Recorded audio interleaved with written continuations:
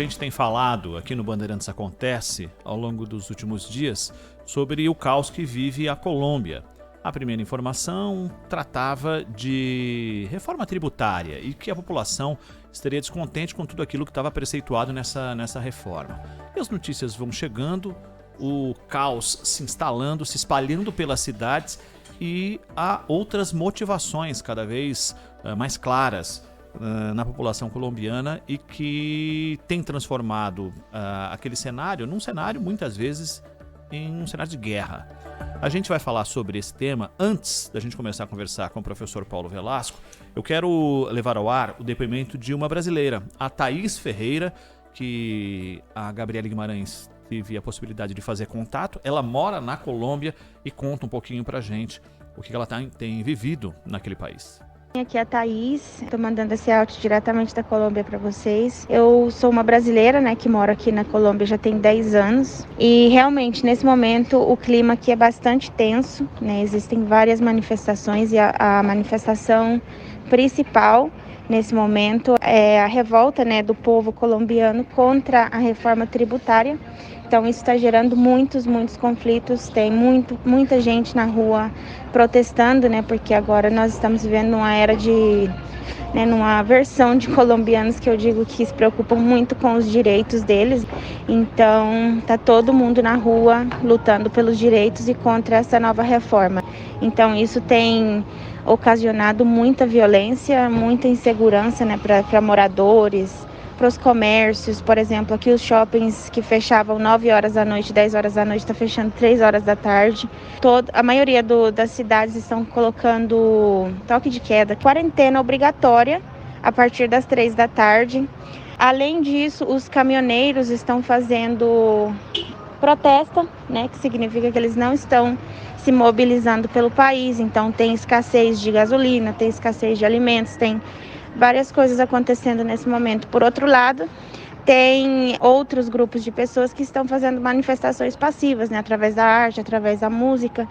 Mas existe sim muita insegurança no país nesse momento, porque tem guerra contra, o povo contra a polícia e a polícia contra o povo. Então é bem complicado nesse momento. Só para vocês terem uma ideia, tem 3 dias que eu estou sem luz na minha casa, porque o caminhão da empresa de luz não conseguiu passar de um pueblito, de um village, para o meu vilarejo para poder consertar o problema no poste de luz. Não estão deixando nem entrar nem sair ninguém da minha cidade. Então o que tem aqui, tem aqui. O que não tem, entendeu? Um relato impressionante da Thaís Ferreira, uma brasileira que mora há 10 anos na Colômbia. Professor Paulo Velasco, professor de Relações Internacionais da UERJ, como vai o senhor? Boa tarde. Boa tarde, Ronald. Um prazer conversar com vocês mais uma vez. O prazer é nosso. Essa situação, e pelo relato da Thaís e por tudo que a gente tem acompanhado, teve um estopim, mas parece que tem muita coisa que estava aguardada e parece que as manifestações se tornaram um grito da população como um todo e de maneira uníssona estão nas ruas tentando mudar algo. E eu estava lendo alguns depoimentos de pessoas que sempre classificam os políticos como incapazes, essa geração política incapaz de resolver essa situação vivida nesse momento. O senhor vê dessa forma? Sem dúvida. Acho que podemos reconhecer que na Colômbia, aliás, não muito diferente do que acontece em vários outros países da região, da América Latina, existe um descolamento, entre o que são as demandas do povo, da população, o que a sociedade espera e aquilo que a classe política vem levando adiante e vem promovendo, E não é de hoje, Podemos reconhecer que muito antes do governo Ivan Duque, já havia efetivamente na Colômbia um cenário que apontava para uma crescente e progressiva instabilidade. A Colômbia é um dos países mais desiguais do mundo, e tem havido, governo após governo, um conjunto de medidas políticas, sobretudo na esfera econômica, que descontentam essa população, Então tem se dado isenções fiscais para lá de controvérsias, para grandes oligopólios na área de agricultura, na área de mineração, enquanto a população, a sociedade, se sente desassistida. E a Colômbia já tem, de fato, um histórico muito traumático, Ronald, de guerra civil, um país conflagrado, por décadas e décadas de conflito aberto, né, entre o governo colombiano, as Forças Armadas da Colômbia, a polícia colombiana, né, e uma série de guerrilhas, né, tanto de direita quanto de esquerda, né, que tornaram a situação no país, né, durante muito tempo absolutamente instável, né, para não falar da questão do narcotráfico, os grandes cartéis, quer dizer, um povo sofrido, né, que nesse contexto, né, de alguma maneira se revela já saturado, cansado, né, por não se ver representado, né, pelos líderes, pelos governos. Professor, um prazer tê-lo aqui conosco no Bandeirantes Acontece. Sônia Bló está aqui. E, professor, o que o senhor falou é muito interessante. Então, quer dizer, foi um estopim, né? Explodiu, de repente, tudo começou com uma reforma, com a proposta de uma reforma tributária. O presidente colombiano Iván Duque recuou nisso, mas daí já não adiantava mais. O país está em pé de guerra. E eu queria que o senhor falasse, principalmente, a gente comentou aqui na abertura do programa, que o epicentro desses confrontos acontece em Cali, que é a terceira maior cidade, uma grande cidade da América do Sul. E o que isso significa em termos globais, em termos aqui para o nosso Cone Sul mesmo, disso está acontecendo lá em Cali, cidade com 2.300.000 habitantes. É uma das grandes cidades colombianas, né? A Colômbia tem grandes metrópoles, Sônia, né? Bogotá é uma das maiores metrópoles que temos na região, né? Cali também, como você muito bem pontuou, uma cidade extremamente populosa, né? E é o epicentro, né? A partir de lá que os protestos, claro que eles alcançam o país como um todo, mas a partir de lá que os protestos têm sido mais firmes, né? E tem sido a partir desse cenário, né, que o país todo foi mobilizado, né? A história de Cali é uma história efetivamente também muito marcada por instabilidades, né? É uma cidade que se sente muitas vezes desprestigiada, né, por parte do governo central de Bogotá. Tivemos durante muito tempo Cali, né, sobretudo nos anos 90, né, como uma cidade absolutamente conflagrada, né, foi o ápice ali do cartel de Cali na década de 90, né, então não surpreende, né, que seja num grande centro urbano, né, onde a população de vários grupos, né, porque não existe uma homogeneidade nesse movimento que temos visto na Colômbia nos últimos dias, né, são grupos muito variados, mas que coincidem em um ponto muito fundamental, que é a insatisfação com relação às classes políticas, né, e a política que vem sendo conduzida a partir de Bogotá. A reforma tributária, de fato, foi o estopim, né? Aliás, já vimos isso acontecer em outros países da região, né? Existe, né, sempre aquela fagulha, né, que acaba, né, incendiando o país, e foi a reforma tributária, que, na percepção da maioria da população, era injusta, né, na medida em que aumentava os tributos, por exemplo, né, sobre o imposto de renda, né, sobre produtos básicos, né, embora também aumentasse, mas de maneira tímida, né, sobre as grandes fortunas, né, sobre os milionários do país, né? Então era tida como uma reforma tributária que pegava mais pesado com a classe média, né, do que aqueles que teriam melhores condições de pagar. E tudo isso em um quadro pandêmico, né, uma crise sanitária que tem, né, no mundo hoje a América Latina como a região mais dramática, né? E a Colômbia não é exceção, né? Temos visto os números, né, da crise sanitária, né, piorando, né, ao longo dos últimos meses na Colômbia. Então tudo isso acaba, claro, criando um cenário, né, muito propício para esse quadro de conflagração social tão dramática, que podemos dizer também, né, se vê inclusive aprofundado e piorado pelo despreparo da polícia colombiana. É uma polícia que foi pensada, foi formatada, foi estruturada para combater guerrilhas, né, para combater narcotraficantes, cartéis, né, e que foi treinada para o combate, né, e não entende, né, que o modo de enfrentar manifestantes não é pela via do fogo aberto e do combate, né? Então, por isso, inclusive, uma das demandas da população é exigir uma reforma policial bastante significativa. Aliás, professor Velasco, a polícia colombiana ela é subordinada ao Ministério da Defesa, né? O que mostra essa militarização. Ela foi treinada para isso, como o senhor frisou. E o senhor mencionou as guerrilhas. O acordo feito com as Farc, é bom lembrar que uma parte das Farc, uma parte não aceitou o acordo, virou uma dissidência, eles voltaram para as selvas, voltaram a buscar armas, a usar o tráfico de cocaína para se financiarem. Ao Exército de Libertação Nacional, não houve acordo com eles em nenhum momento, e eles usavam sequestros, inclusive, para tentar pressionar o governo, e o governo considerou que isso era incompatível com o acordo. Mas o acordo com as Farc, é bom lembrar que houve um referendo e a proposta do Juan Manuel Santos foi derrotada no referendo. Uhum. E mesmo assim, ele já havia até ganhado o Nobel, né, da Paz, e mesmo assim, mesmo com a reprovação da maioria da população, o Congresso acabou tornando lei aquele acordo. E um acordo até hoje não implementado de fato, com várias brechas, vários problemas. Essa é uma das raízes dos grandes problemas da Colômbia? Sem dúvida, né? Na verdade, havia uma grande expectativa por parte, né, da população colombiana de que o país poderia entrar em um cenário de paz e de estabilidade, né?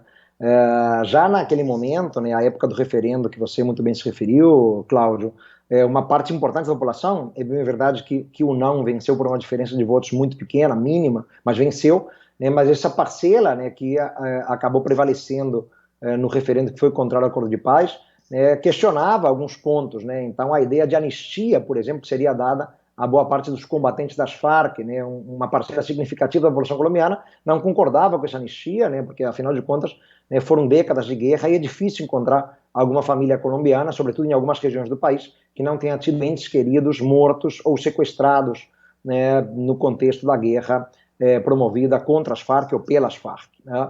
Um outro ponto também, né, que gerava algum tipo de controvérsia, né, era, além da anistia, né, a lógica de inserção social desses combatentes, né, como é que eles seriam inseridos, em que medida seria feita essa inserção, né, a participação política deles. Vale lembrar, né, que pelo acordo firmado no governo Santos, né, ex-combatentes ganharam um assento no parlamento colombiano, né, e isso provocou também repulsa, né, em parte da população que não queria ver, né, aqueles ex-combatentes tidos por muitos, né, como criminosos, né, atuando no plano legislativo no país. Então havia, sim, muitas críticas, muita oposição, o próprio presidente atual, Ivan Duque, era um dos grandes críticos, né? Ele é da ala uribista, né, do ex-presidente Álvaro Uribe, e foi um dos grandes críticos, né, do acordo levado a cabo pelo governo de Juan Manuel Santos, e não fez também por onde para implementar ou para, né, promover os efeitos esperados desse acordo. Então, é um acordo que foi firmado, né, houve muito estardalhaço, muita pirotecnia, né, a ONU se envolveu, inclusive, né, houve sim a deposição de armas, né, de muitos dos combatentes, né, em um cenário de desmobilização e desarmamento dos combatentes, mas dissidentes não aceitaram o acordo, né, e passaram a atuar, né, a partir de outros grupos. A violência continua no país, né, e aquela expectativa que havia, meu caro Cláudio, em 2016, de que a Colômbia caminhava para uma paz, né, hoje, 5 anos depois, está muito longe de se concretizar. Professor Velasco, esses muitos problemas, né, porque a Colômbia, inclusive, vinha crescendo, a economia vinha crescendo, números satisfatórios, a pandemia fez tudo retroceder e provocou uma situação de miséria, muita gente foi atirada na miséria com a crise provocada pela pandemia. Há o recrudescimento dessa ala dissidente das Farc, o Exército de Libertação Nacional continua agindo, os grandes cartéis de drogas desapareceram, mas surgiram diversos grupos bem armados e que continuam fazendo o tráfico, herdaram, né, aquela estrutura do tráfico no território colombiano. Há problemas na fronteira com a Venezuela, essa crise socioeconômica, uma insatisfação geral que se expressa aí nessas manifestações com reivindicações difusas. E, paralelamente a tudo isso, já há discussão a respeito da disputa eleitoral. O senhor vê algum risco para a razoavelmente consolidada, né, democracia colombiana, que conseguiu atravessar tantos problemas aí com eleições? O senhor vê algum risco ou o processo eleitoral pode, de alguma maneira, acalmar os ânimos na Colômbia e trazer propostas interessantes para os problemas gigantescos que o país tem? É difícil fazer esse exercício aí de previsão, Cláudio, mas eu não vejo, de fato, olhando para o que é a realidade política da Colômbia. É um país que tem seus problemas muito agudos, né, e estamos levantando, né, vários deles, mas não me preocupa muito, né, a ideia de que eventualmente, né, haja algum recuo antidemocrático na Colômbia e que, né, o pleito eleitoral por algum motivo não se realize, né. Não, acredito que o país vai continuar transitando, né, dentro de alguma normalidade, né, no que são as franquias democráticas, as eleições, né, serão realizadas, né, e a tendência, claro, é que, né, a população enxergue, né, o quadro das eleições como uma oportunidade para buscar mudanças e promover mudanças, né, tendo em vista em que não enxerga, né, nas lideranças tradicionais da Colômbia as suas expectativas, né, que não vêm sendo atendidas, né, e tem sido assim desde sempre, né, quando a gente pega a linha do tempo desde a década de 90, né, não importa se com Ernesto Samper, se com Andrés Pastrana, se com Álvaro Uribe, né, se com Juan Manuel Santos, né, a sequência de presidentes colombianos, né, eles têm levado adiante, né, um conjunto amplo de políticas que não refletem as demandas da sociedade, que por conta disso, claro, né, não se vê representada, né? Eu entendo que a questão da desigualdade é uma questão crônica, não só na Colômbia, né? Esse é um problema que nos afeta muito fortemente por toda a América Latina, né? É uma questão muito central no Chile também, que temos visto também como um país conflagrado periodicamente, né? E chegará o momento em que, né, terá que se enfrentar essa questão, né? A direita colombiana, né, os governos que sucedem ali são governos mais de centro-direita ou de direita, eles têm que repensar um pouquinho o seu modo de fazer política econômica, né? Claro que, né, como você bem pontuou, o país vinha crescendo dentro de uma estabilidade macroeconômica, né, que escapa, por exemplo, ao Brasil, à Argentina, mas é preciso olhar também para as demandas da população, né, acentuadas, né, em um contexto pandêmico, né? Não adianta vir apenas, né, com projetos sociais, né, pontuais para enfrentar a realidade da pandemia, né? O que se demanda é um quadro de uma política distributiva ou redistributiva mais amplo, né, que essa reforma tributária tangenciava, mas de maneira insuficiente, né? Então esse é um caminho que tem que ser buscado. Eu acho que a solução virá não pela violência das ruas, mas pela política e pelo voto. E a última da minha parte, professor Velasco, exatamente em relação às urnas e aos votos, à política. No Peru, por exemplo, dois candidatos que são tidos ali como extremos que se enfrentam, né? No segundo turno, a Keiko Fujimori, filha do Alberto Fujimori, que inclusive tem denúncias pesadas contra si, denúncias de corrupção, os respingos da Lava Jato no Peru, né? E do outro lado, uma figura nova ali, que é o Pedro Castilho, um professor sindicalista, e que, inclusive, ele é visto como a esquerda, bem à esquerda em termos econômicos, mas muito conservador em termos de costumes, etc. Mas, de qualquer maneira, é um quadro pelo menos à distância, de extremos se enfrentando. Neste momento, parece inevitável que grande parte da América do Sul mergulhe nesses embates, nas suas eleições, nesses embates em que o centro político desaparece e os extremos se enfrentam. O senhor acredita que na Colômbia também será assim? Eu acho mais improvável, né? Na Colômbia não existe, não parece haver, pelo menos por enquanto, Cláudio, a perspectiva de termos, né, algum candidato à presidência, né, a comandar a Casa de Nariño, né, que é o Palácio Presidencial colombiano. Parece difícil que haja um candidato a presidente viável vindo por uma extrema esquerda ou por uma esquerda radical, né? No Peru, isso, claro, tem mais chance de acontecer, como aconteceu com o Pedro Castilho. Já tivemos, né, um governante mais à esquerda há alguns anos no Peru, né, que foi o Ollanta Humala, mas o que eu enxergo na América Latina é um cenário de aguda polarização, né? É uma polarização muito daninha, muito perversa, que tem levado os países a um cenário caótico e de grande incerteza, né? Essa polarização, né, ela é prejudicial, né, para o que são, de fato, as franquias democráticas, né, para a boa caminhada dos países dentro de uma estabilidade, uma previsibilidade, dentro de uma segurança jurídica, né? Então vimos um embate muito profundo na Bolívia, né, e aí venceu a esquerda com o Lucho Arce. Vimos um embate, né, muito agudo no Equador, né, e aí foi a direita que venceu com o Guillermo Lasso. No Peru são dois radicais, né, um pela direita, um pela esquerda, embora os dois, como você bem colocou, absolutamente conservadores no plano dos costumes, né, mas com agendas econômicas muito diversas, para não dizer antagônicas, né, a Keiko representando o fujimorismo, e o Pedro Castilho, um candidato de grande incerteza, porque ninguém sabe de fato, né, o que ele vai fazer à frente de um eventual governo peruano, né? Ele não tem um background, né, além do seu papel como sindicalista, ele não tem uma tradição, uma base política sólida ou reconhecida ou conhecida, digamos assim, o que cria um cenário de incerteza, e levou, por exemplo, alguns nomes importantes, né, da política peruana ou do Peru, né, como o escritor prêmio Nobel, né, e ex-candidato à presidência Mário Vargas Llosa, a declararem o apoio a Keiko Fujimori, né? O Vargas Llosa é um dos grandes críticos do fujimorismo, né, disputou eleições contra o Alberto Fujimori, perdeu as eleições contra o Alberto Fujimori, né, um dos grandes críticos, um crítico ácido do fujimorismo, mas ele disse que entre dois piores, né, se escolhe a Keiko Fujimori, né? É o entendimento dele, né, porque o Pedro Castilho traz traria maior incerteza para a região. Enfim, então é um cenário de polarização muito grave por toda a América Latina e tem sido assim e continuará sendo assim, infelizmente. O Brasil também já se viu nessa realidade, e isso, claro, que é muito ruim, né, para um espaço onde acreditávamos que havia uma democracia já consolidada, mas a realidade insiste em nos mostrar o contrário, Cláudio. Professor, cenário de polarização, cenário de crise econômica, cenário de pandemia, né? Temos aí todos os ingredientes para um ano bem difícil na Colômbia, né? A gente vê que também não é o único país que está passando por isso, mas eles estão aí com um epicentro não só da pandemia, como das brigas mesmo, né? Desse confronto de manifestantes com as forças de segurança.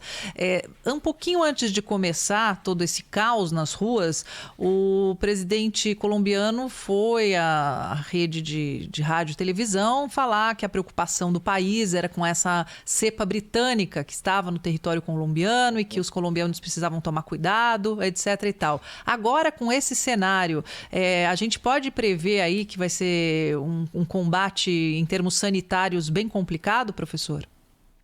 Sem dúvida, né? Eu acho que tudo que a Colômbia menos precisava a essa altura, né, diante da gravidade e da piora do quadro sanitário no país, né, Sônia, e não só na Colômbia, mas reitero, por toda a região, né, tem se percebido nos últimos meses uma piora muito significativa no quadro sanitário. No Brasil sempre foi caótico, mas não era a realidade em vários vizinhos. E agora sim, né, a América Latina se tornou, né, no plano global, a área mais dramática, né, em termos de avanço da Covid-19. E, claro, tudo que a Colômbia menos precisava a essa altura era, né, um quadro de convulsão social, de violência policial, né, de mortes, né, por violência policial, né, como temos visto, né, o que, claro, complica, evidentemente, as possibilidades de levar adiante, né, uma estratégia mais eficiente, né, para a contenção da pandemia, né? Então, o percentual da população colombiana, que é uma população muito significativa, né? Vale lembrar que a Colômbia é o segundo país mais populoso da América do Sul, o terceiro mais populoso da América Latina, né? Só perde para Brasil e México. O percentual da população vacinada é muito pequeno, é mínimo, né? Bem inferior ao percentual da população vacinada no Brasil, né? Então, isso mostra como, né, houve problemas ali no sentido de melhor enfrentar a pandemia. E esse quadro, né, crítico que temos visto ao longo da semana piora, evidentemente, tudo isso. 4h38, professor Paulo Velasco, professor de Relações Internacionais da UERJ, que sempre nos atende com muita gentileza. Professor, muitíssimo obrigado pela atenção com a Rádio Bandeirantes. Até uma próxima. Um prazer, Ronald. Fiquem bem, saúde para todos aí. Até a próxima. Obrigada, Muito obrigado. professor. Muito obrigado.